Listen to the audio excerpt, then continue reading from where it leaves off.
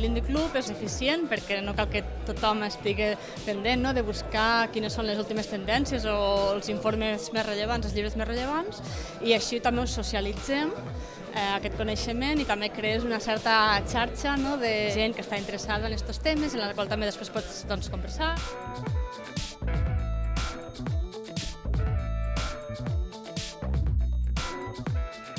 Per la meva trajectòria professional i acadèmica he triat el llibre de Bruce Katz i Jeremy Novak, New Localism, perquè és una aproximació prou interessant de com les ciutats, sobretot dels Estats Units, s'estan desenvolupant avui en dia davant dels reptes que tenim a nivell econòmic, demogràfic, social i mediambiental.